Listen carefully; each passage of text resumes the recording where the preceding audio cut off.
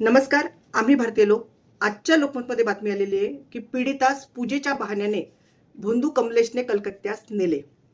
म्हणजे नुकतंच जे प्रकरण महाराष्ट्रात घडलेलं आहे की नाशिक जिल्ह्यातील अशोक खरातचे प्रकरण ताजेच आहे. चौकशी अद्यापही पूर्ण झालेली नाही. त्या माणसाने कितीतरी कोटी रुपयांची प्रॉपर्टी जमा केली. प्रकरण झाल्यानंतर भोंदू खरातचं प्रकरण झाल्यानंतर अंधश्रद्धा निर्मूलन समितीने बरेच भोंदू एक्सपोज केले. जसेच चेतन माळी झालं, ऋषिकेश वैद्य झालं, मनोहर भोसले झालं, नंतर ते राजेंद्र गडगे, गणेश शिंदे, मोहनगिरी काकडे अशा टाईपचे बरेच भोंदू आणि 50च्या वर त्यांच्यावर गुन्हे दाखल आहे. तर लोक भोंदूकडे का जातात? बरं, अडाणी तर अडाणी सुशिक्षितही जातात. हे आपण खरात प्रकरणावरून म्हणजे बघितलं आहे. किंवा मग जर एखाद्याचं लग्न जुळत नसेल, बाकीच्या सर्वांचं लग्न जुळते आणि आपल्याच मुलाचं आणि मुलीचं लग्न जुळत नाही, तर आई-वडील म्हणजे त्यांना खूप टेन्शन येतं.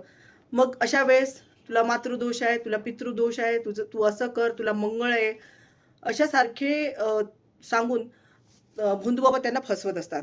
साहजिकच कोणालाही वाटते की थोडीफार पूजा केली आणि आपल्या मागचा दोष दूर झाला तर काय फरक आहे, आणि मग ते भोंदूच्या जाळ्यामध्ये अडकत जातात.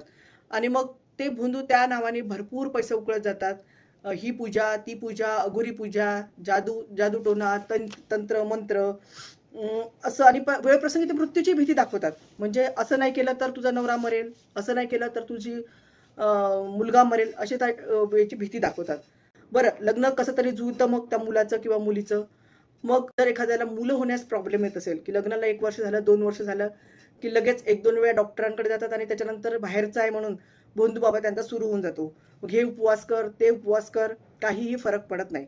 बरं, येणं केणं प्रकारे समजा झालंच, तर राहून जातं एखाद्या वेळेस. तर भोंदूबाबाचा प्रसाद म्हणून, म्हणजे भोंदूबाबांनीच केलं असा लोकांचा विश्वास बसायला लागतो.